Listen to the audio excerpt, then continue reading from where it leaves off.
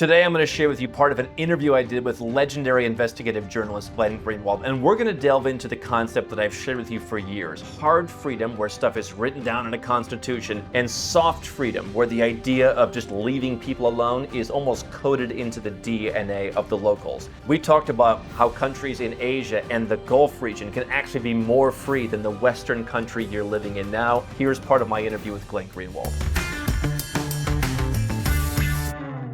This really interesting essay by George Orwell that he intended to be the preface to Animal Farm, and it never actually got published because in the mid 20th century, with having fought the Nazis and then facing the communists, it was considered way too not just provocative but kind of offensive. You can have a overtly authoritarian or repressive society where if you criticize the leaders of the government, everybody knows that that's going to mean, a bunch of thugs in like black SWAT uniforms and guns show up at your house and take you away to some kind of a gulag. And it's a very overt form of repression. Nobody has any illusions about the fact that there's freedom.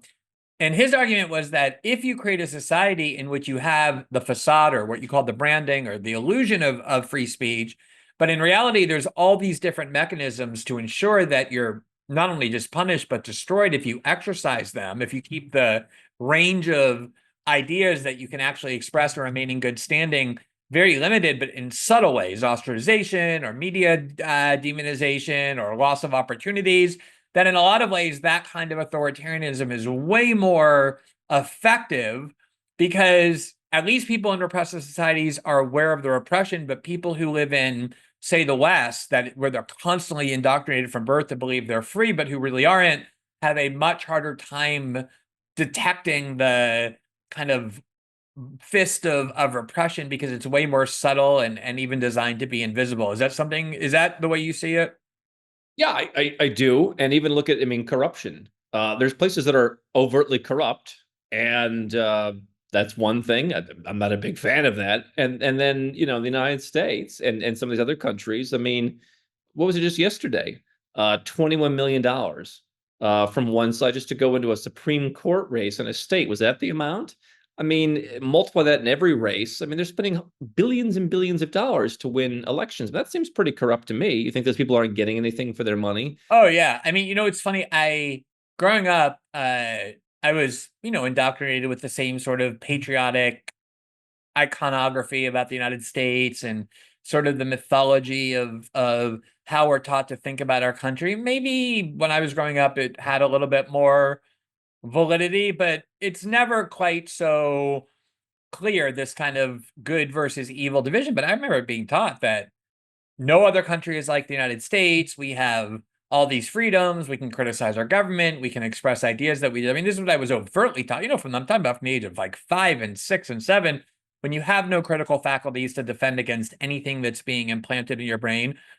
And it does take a long time to start to question what it is that the kind of framework that you've had as your understanding deliberately, because that's the ideas with which you were indoctrinated. And I don't want to delve into anything partisan or political overtly, but I do want to say, just in terms of like the Donald Trump phenomenon, let's call it, I just want to keep this into like a very limited point, which is, I think I remember in 2015 and 2016 when he was running for the first time, and he had to run not just against the Democratic establishment, because he had to run against the Republican establishment as well that wanted Jeb Bush. That was where all the money was.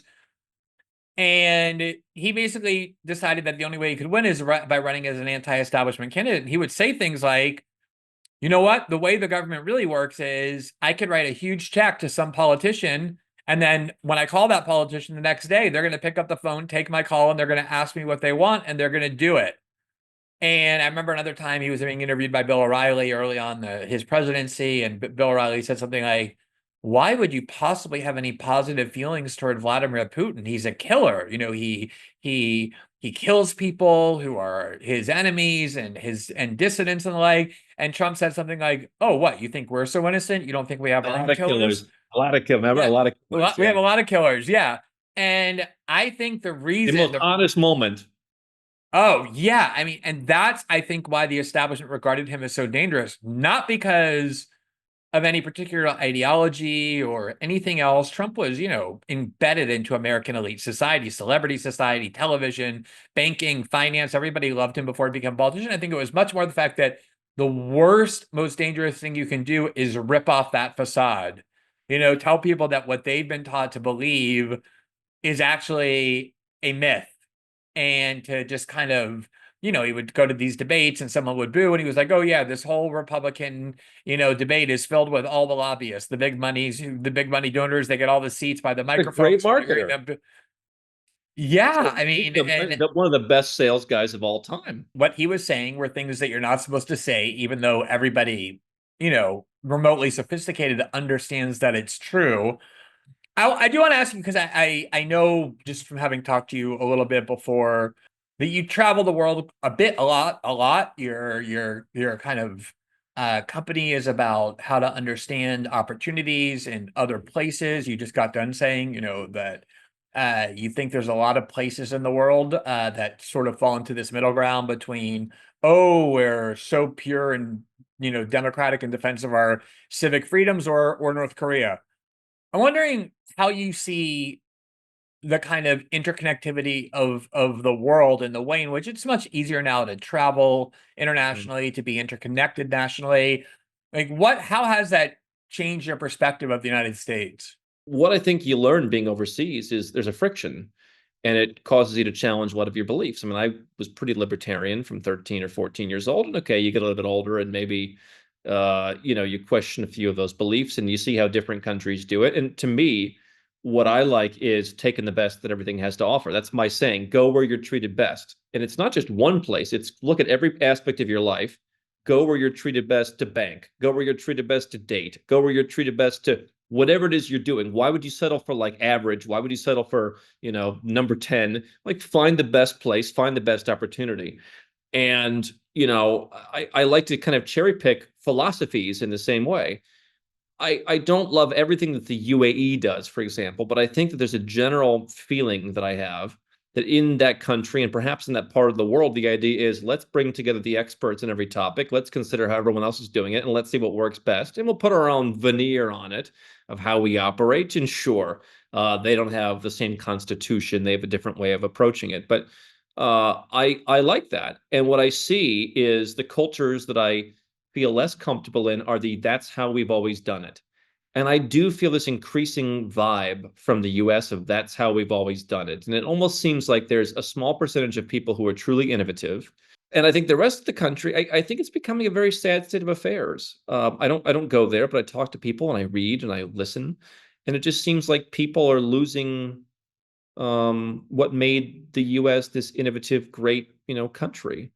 I realize, you know what? There's never a time when you turn on the news and listen to the news on television, or you read a political journal, or you read a newspaper, where anyone is talking about which country they should go bomb, which country they should invade, which foreign wars they should finance, which foreign armies they should arm. Something that, if you live in the United States, it's second nature. I mean, that's just part of the And you should be political. proud of it. You should be proud. Yeah, and then that's what, made me realize, wow, this is almost a uniquely American idea. This is not at all universal. And, it came with a kind of reflection on the part of the United States and a part of Americans in the wake of the Iraq War and the endless wars on terror and the like, that, what, maybe this is actually a thing that's harming America and destroying America in a way that no other country is really doing. And it kind of switches that American exceptionalism idea to, yeah, there are some things unique about America, but maybe they're not actually so desirable. Well, I'll go back to your first point real quick. Intentionality is my word.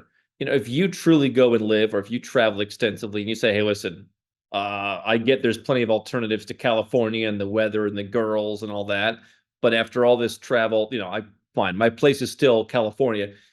Fine. By all means, come on back, knowing what you're dealing with, live with intention. Don't just, hey, this is what I was given and it's the best because I said so. Live intentionally. And yet, I think there's a lot of people saying, "Oh, I've lived overseas and everywhere else is crap." It's like I don't think you'd say that if you've actually lived, because you'd have some nuance added to your perspective. I look at America first, and it's like if you said Ireland first or Malaysia first, I'd be like, yeah, of course. But it seems like America first is we're taking over Greenland.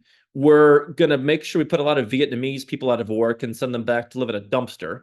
And we're going to be proud of that so that some guy who barely graduated high school, can make an extra 3 grand a year.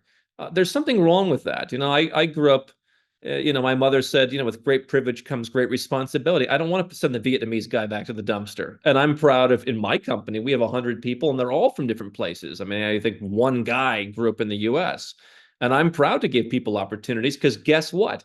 My business is worldly. How many Americans know how a visa works? The Georgians, the Serbians, they know how visas work. They're better for my business, and I'm proud to give them a chance. And I just fundamentally think that part of why I ultimately gave up my citizenship was I don't want to be attached to that stuff, either in showing my passport or representing myself in some way, or just feeling it in my soul. Because I think the underdog is actually the better way to be. I think that's the mark of someone more successful. It's the mark of someone more humane. It's the mark of someone more everything. And I think right now the zeitgeist is, yeah, good. Like go and kill them all, or go and do this, or go and do that. Because like we're, America proud. Or the idea that we feel tough and strong by sending people to war, even though we're not the ones who go and fight the war, as though any kind of moral courage or physical courage is necessary. It reeks of arrogance, and I think we should all get a chance to say, listen, if you like that arrogance and you're living intentionally, great, sit in it. Those of us like you and I who are doing stuff on our own and our how we identify as journalist, change maker, all those things. I don't think nationality should be on that list. Let us choose where we go that works for us, but I want to live in the place with soft freedom.